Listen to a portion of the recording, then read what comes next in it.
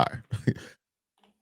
Billy Donovan so far throughout training camp has said all the right things, but how much should we trust it? Well, we're going to discuss that on today's episode of Locked On Bulls. We're going to get to all that and more right after this.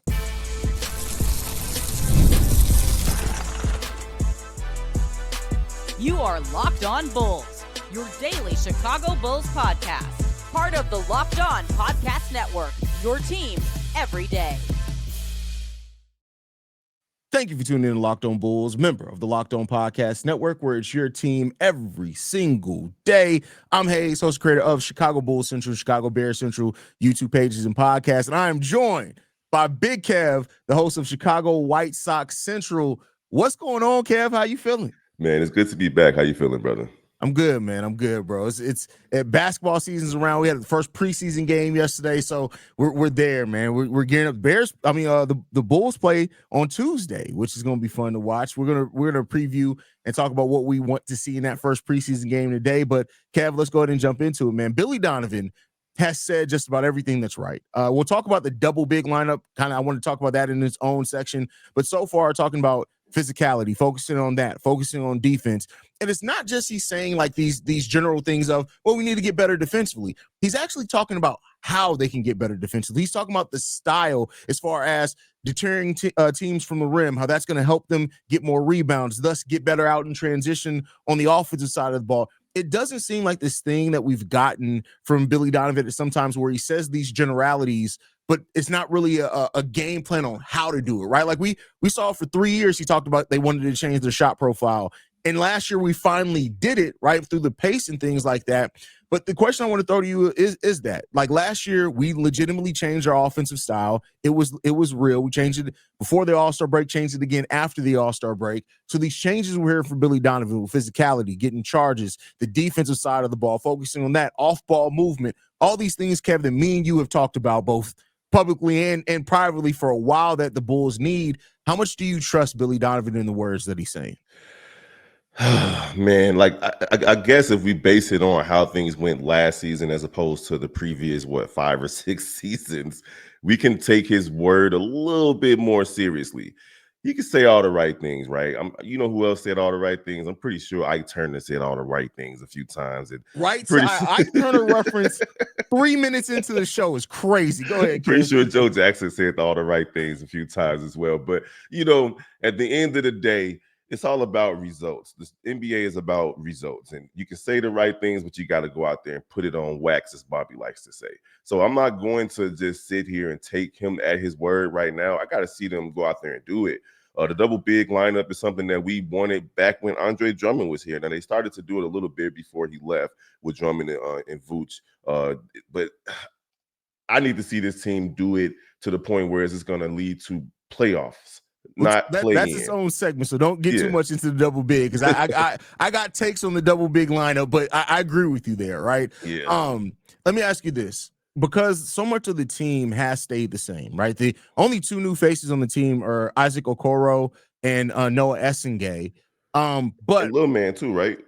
Well, Yuki's on the 2-way contract. We're probably not going to see him at all in the actual NBA, but with most of the team staying the same, do you believe that they can change enough because so many of the pieces stay the same? Now, Billy has done a good job at pointing out how the rim defense, like just to kind of point out the numbers of it all, the Bulls went from being 28th in rim defense up to about 16th at times last season after the All-Star break. They finished around 18th just in rim defense, finished at 12th over the last 20 games in overall defense. So we did see a little bit of change legitimately in that after Zach LaVine left and just the style.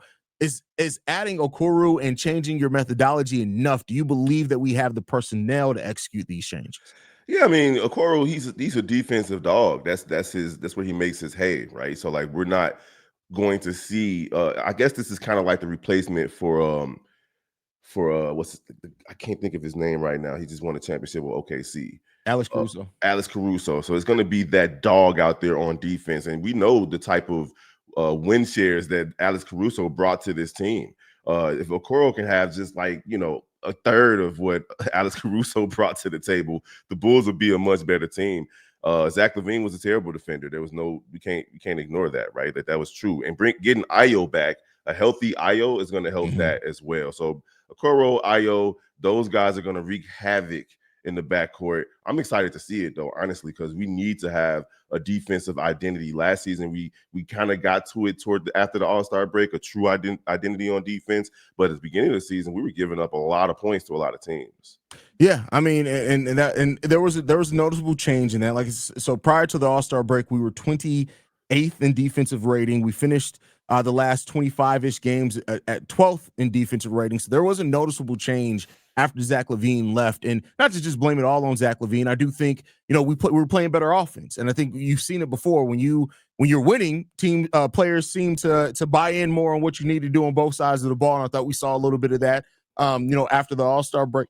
The question is can they keep it up consistently for a full season? And it's going to have to take sacrifice from these players, right? They're going to have to, because while we don't have the best one-on-one individual defenders, we've seen it. Hell, we had a team with DeMar DeRozan, Zach LaVine, and Nikola Vucevic in your starting lineup that still had a top 10 defensive rating. And the only one-on-one defenders we had at that point in time were Alex Caruso, Ayo Dosunmu, and then, of course, we had some solid defenders in Derrick Jones Jr. and Javante. But you had Lonzo Ball, too. Huh? You had Lonzo Ball, too. Well, I'm talking about after Lonzo went down. We were still top 10 after the year after Lonzo went down. But yeah, I mean that too for sure, right?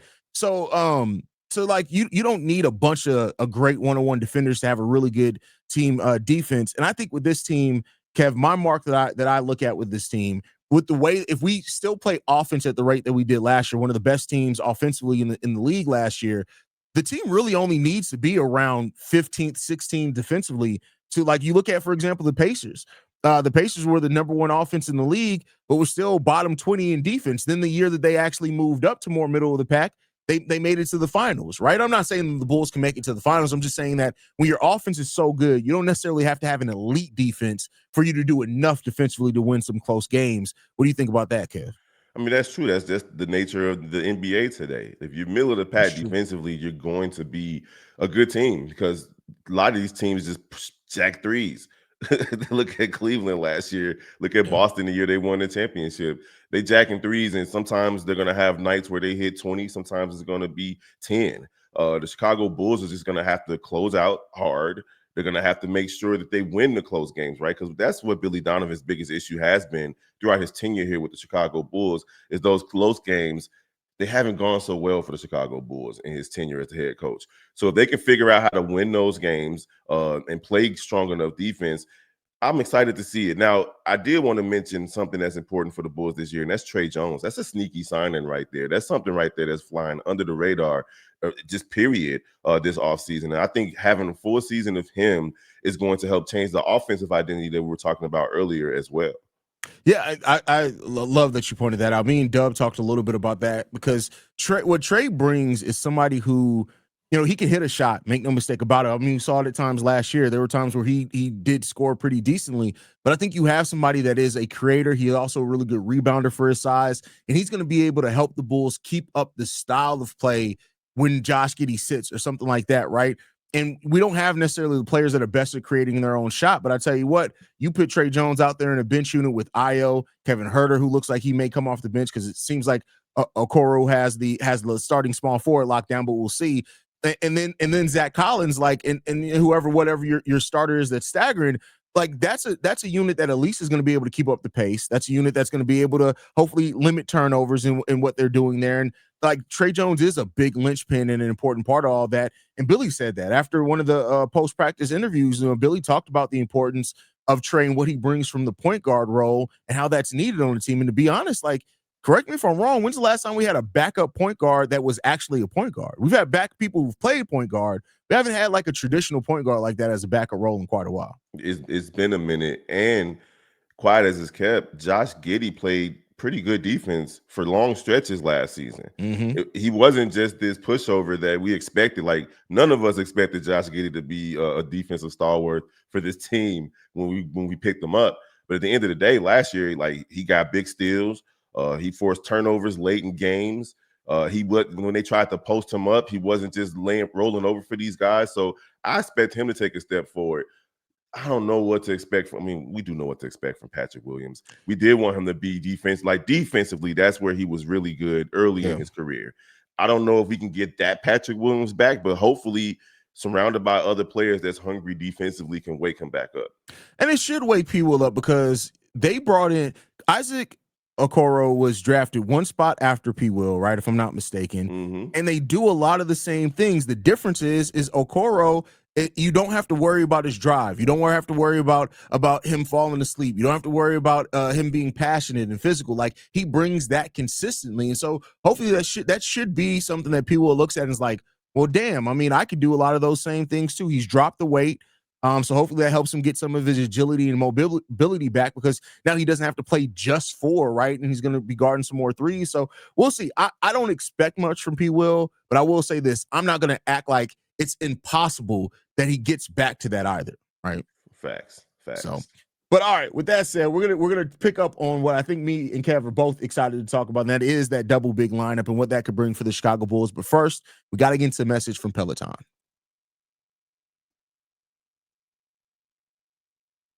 Peloton is shaping the future of fitness with brand new Peloton Cross Training Tread Plus, powered by Peloton IQ. It's their most advanced equipment yet, designed to give you real-time guidance and endless ways to move, whether you're running, lifting, or cross-training with your favorite instructors. This is training reimagined. Peloton is built for breakthroughs with tools to help you plan, stay motivated, and reach peak performance. I love how the Peloton IQ system offers real-time strength conditioning coaching. It actually tracks your reps, suggests the right weights, and corrects your form, making every rep safer and smarter. The swivel screen is a game changer. You can go from running on a Tread Plus to strength training without missing a beat. And the personalized class recommendations keep you engaged. You get workouts tailored to your vibe and energy level each week. So let yourself run, lift, flex, and push forward. Explore the new Peloton Cross Training Tread Plus today at onepeloton.com. More Locked On Bulls coming up next.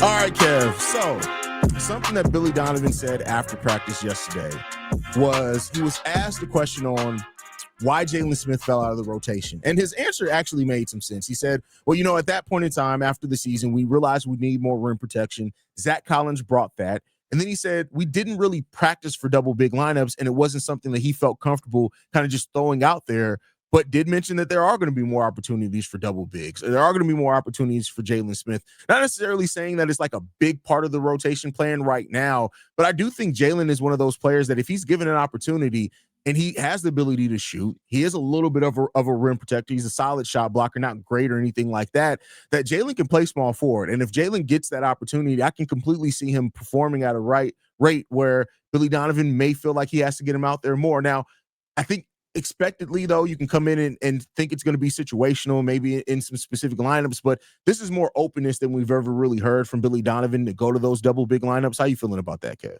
I mean, I think this is mainly about Zach Collins because Jalen Smith, part of the reason why he fell out of the rotation, and Billy probably didn't want to say this, is because he settles too much. Like he wasn't aggressive enough from my take.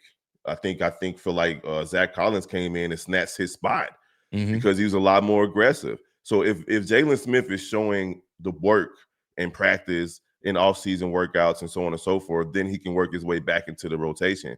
But this has very little to do about Jalen Smith in double bigs, in my opinion. I just feel like, hey, Jalen didn't really do the work last season. He was settling for threes. He didn't want to attack the basket. Now, he was good defensively. Not great, but good enough to be a rim protector in certain instances.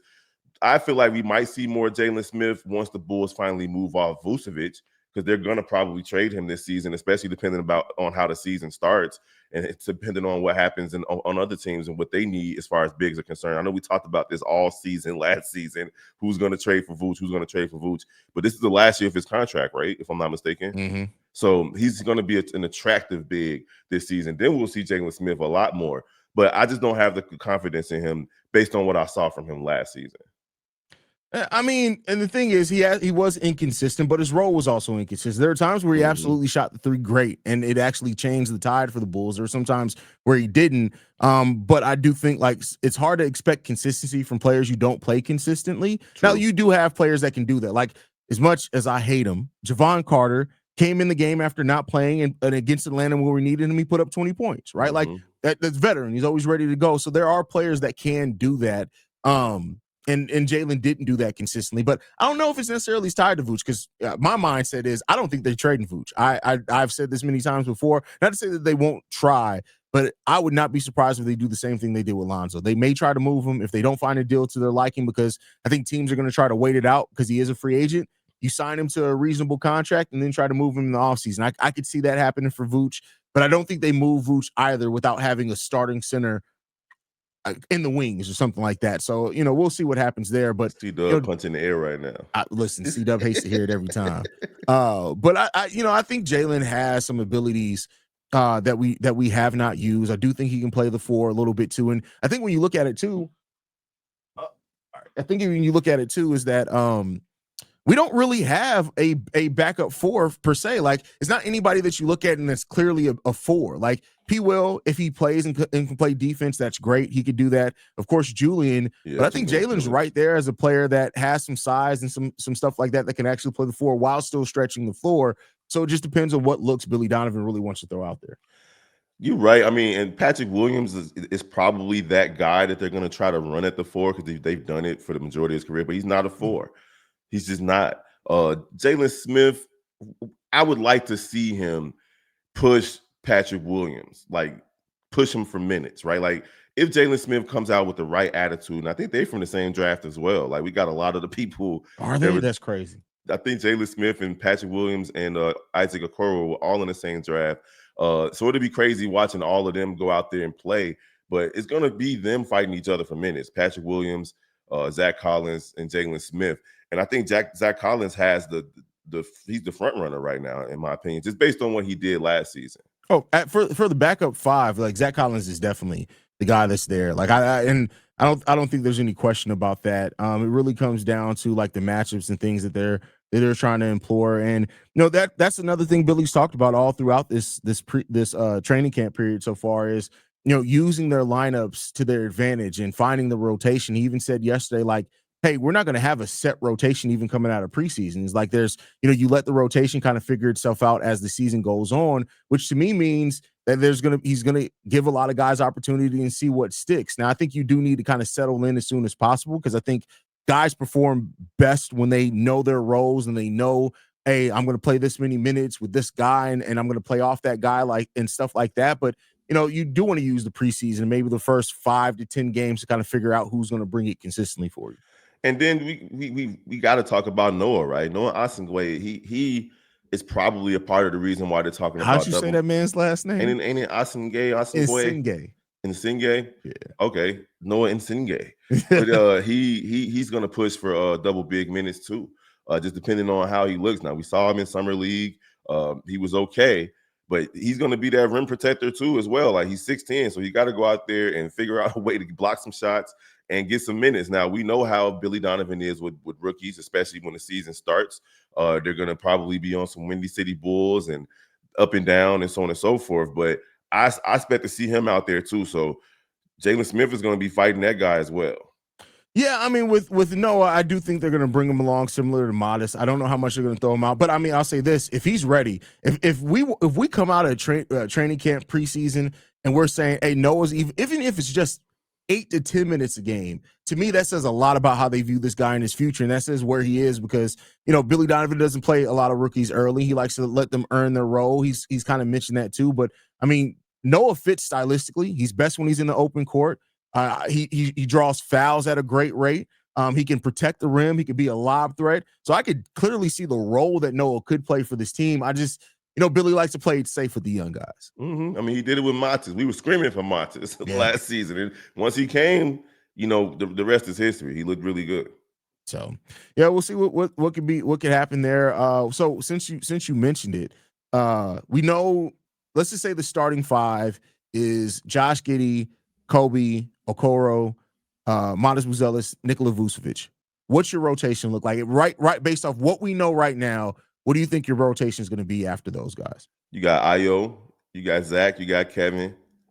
Did you have Montes in the starting lineup? Yeah, Modest in the starting lineup. Also, yeah, Ayo first off the bench, Zach as well, and Kevin Huerter. And then the rest of these guys are going to be fighting, because Julian Phillips, we know what he's capable of. He can hit that corner 3. He's a lob threat, pick and roll threat. So he's most likely going to be in the rotation. Jalen Smith's definitely going to be in the rotation. And of course, Trey Jones, right? Like they got. You think Jalen Smith is definitely going to be in the rotation? Jalen Smith is going to be in the rotation. Nah, he's not. Not definitely. He's going to have to earn it. Behind Zach Collins, right? Yeah. Jalen Smith's going to have to earn it. Patrick Williams, unfortunately, the $90 million man, he's going to have to earn it. But Trey Jones is definitely in the rotation as well. Yeah. I agree with that. So we shall see. But we're going to talk about our expectations for the Bulls' first preseason game coming up next because I'm excited about that. I can't wait to see what the Bulls look like. But first, we got to get to a message from FanDuel. The NFL season is here, and FanDuel has an offer you don't want to miss. Right now, new customers can bet just $5 and get $300 in bonus bets if you win. That's right. Pick a bet, put down $5, and if it hits, you'll unlock $300 in bonus bets to use across the app. I love how FanDuel gives me so many ways to play. I've built parlays, tried player props, and even followed the live lines during games. It makes watching football even more exciting when you've got a little something riding on the action. Whether you're a casual fan or love diving into the stats, FanDuel makes the game day experience so much better. So what are you waiting for? Visit FanDuel.com to download the FanDuel app today and get started. More Locked On Bulls coming up next.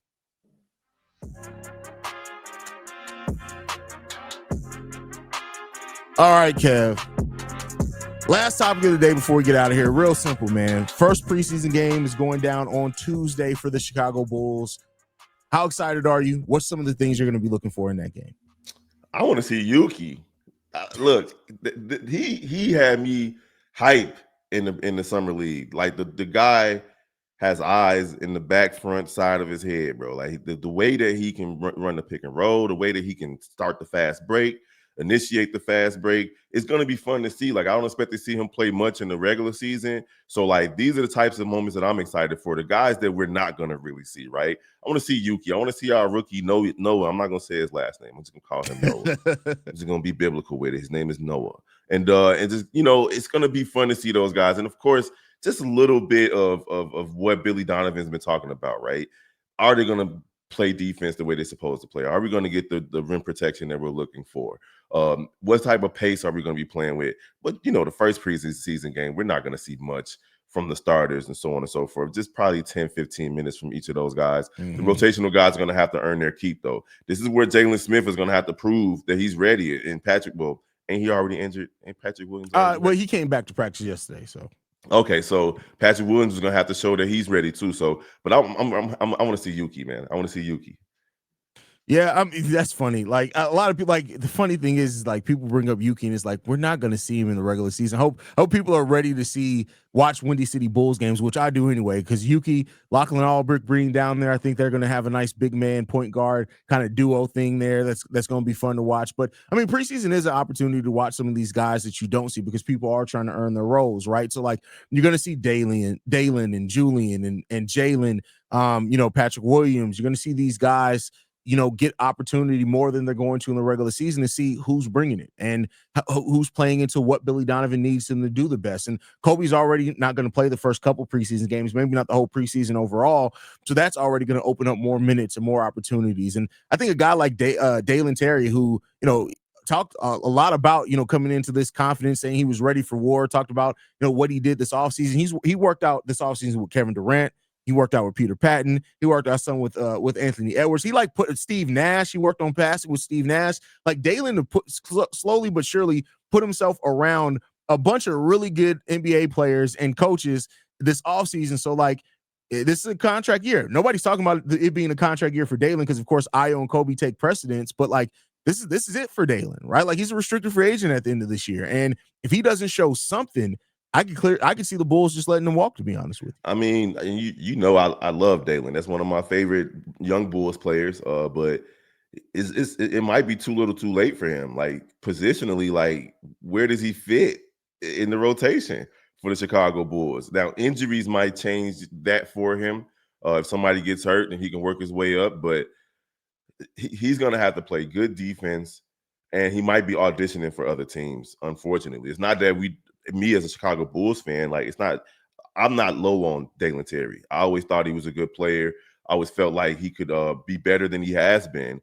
But I also think he gets an unfair shake with fans as well, like because he's a rotational player. Like what are we expecting from him, right? So this preseason, he's going to be fun to watch too, but I don't expect him to crack the rotation pretty heavily. Now, I didn't know those things about what he did in the offseason. That's good for him because he might be auditioning to play with one of those guys. Yeah, I mean, as long as he's not playing with Steve Nash, then that's the problem. No, I mean, like Dalen, I mean, he did that. Like people forget too, like his rookie year when he came in that summer. Like not only did he like work with DeMar and stuff, but he worked with some pretty big NBA players then too. Like I think at that time, I want to say it was Donovan Mitchell, but I could be wrong on that. But like he's done a good job of trying to soak up some information. But here's the thing that I'll say, and I get where you're coming from, is that it may be a little too late. But like here's the thing: if you're good, it's never too late. And you know, like the Bulls can get him cheap if he shows some type of flashes. It's not like it's going to be a bunch to extend him. I could see the Bulls extending him, especially to be at the bare minimum, be on the back end of the bench. But I can also see them with an offseason where they have, you know, only 7 players under contract. They have $120 million under the luxury tax to spend. I can see them just being like, hey, we're going to go and completely revamp this bench. And Dalen might find himself, like you said, looking and auditioning for another team. I still think there's an NBA player in Dalen. I don't know to what level, but I feel like he's improved as a shooter. He shot almost 30% from 3 last year. Not high volume, but like when you look at Dalen, how he came into the league and his shot look, be able to do that is quite a bit of development there for him. So there's things that we've seen from Dalen. The defense, there's been times where I've seen Dalen, like last year against Atlanta, they switched Trey Jones on him, and I think they thought, I'm not Trey Jones, Trey Young on him, and I think they thought, oh, well, you know, we can hide Trey on Dalen, and Dalen took him off the dribble, took him to the rack 3 times in a row, and it's like, if you have that type of recognition where it's like you start realizing, hey, I don't care what type of NBA player you are, I could take you off this dribble. I mean, that's the right mentality at least to have. We just got to see if he's going to be able to do it at any type of meaningful rate consistently for the Bulls. I mean, I think the biggest issue here with Dalen is that, again, he's a little bit slight in frame, like he's about 200 pounds. He's the same height as Patrick Williams. That's his biggest help, though, right there, right? Patrick Williams' mentality versus his mentality. If you put Dalen Terry's mentality and Patrick Williams, you're looking at a whole different type of player. Absolutely. So he's another player that's going to take minutes from Patrick Williams if he comes in. He's never lacked confidence, and that's why I always liked him. He's always been confident. So like the fact that he's working on his game at a rate that could have him steal minutes from Patrick Williams, I'm all for it, because Patrick Williams is just going to be an expensive garden gnome as far as the Bulls are concerned, just sitting at the end of the bench, useless. Yeah, P. Will, bro. I don't even know what to say about P. Will anymore. I still have some hopes. Like I said, I'm not expecting anything from him, but if he can bring it, he can. We'll see what he has. It's all on him at this point, and we'll see how much he really wants to do something. But yeah, anything left, Kev, before we get up out of here? Let's go, man. Basketball season is right around the corner. We can focus on it because the Bears don't play this week. It's just fun, man. The preseason already started. You already know this is my first love, basketball. I love football, but basketball is my first love. It's the first sport I ever played. So I'm always excited when the season is right around the corner. And it seems like it's earlier and earlier every year. Yeah, I mean, I remember when the season used to not start until it was like the week of Halloween. It was October. Yeah, that used to always be when you knew basketball season was going to start. We're talking about like tonight, Phoenix and the Lakers play tonight. Like it's preseason basketball, but it's still basketball nonetheless. Like we're right around the corner from actual games being played. It's going to be a fun season. The East is open, more open than ever before, and we'll see where the Bulls stand in that, man. Hopefully they can make some. I want to see playoffs, man. I'm tired of play-in Bulls, bro. We play in you. Bro, bro, I've gotten the call. No, did I have the show? Yes, I had the show during the first year of Lonzo. One playoff series, playoff win, and going on 5 years. Bro. That's it. Yeah, I need more than that, bro. I need more than that. One thing I've been asking all the guests before we get out of here, just so we can have something to reference back to. Win-loss prediction for the Bulls this season. You already know, man. It's the same as last year, and people beat me and Steve-O to death when we said the Bulls were only going to win 40 to 41 games. I think a year two Matis. I feel like Trey Jones being on his roster, the Chicago Bulls will be pushing for an actual playoff spot this year. They're going to be in that 6, 7, 8 range, 9, 10, but we'll see how it goes as the season goes. So I'm going to put the Bulls at 44 wins this season. Okay, that I think people actually love that if that ends up being the case with the Bulls. I've been saying for a while I have the Bulls. I think they could be at least 500 this season, maybe above, depending on how things really come together. They have to get to an early start. But 44 wins, I think a lot of Bulls fans will go for that if that's the case. But that's our time for today. Y'all make sure y'all go support Big Kev over at Chicago White Sox Central. He also pops up to Chicago Bears Central, Chicago Cubs. Basically everything he pops in there. He'll fill in for me sometimes with Chicago Bulls Central as well. But you guys can follow me at CEO Haize. You can check us out over at Locked On Bulls. Locked On Bulls is free and available on every podcasting app and platform of your choice, as well as YouTube, the Odyssey app, Amazon Fire TV, Roku TV, Fubo TV, basically anywhere you want us. You can get it. We'll see you guys tomorrow. Well, on Monday, y'all. Peace.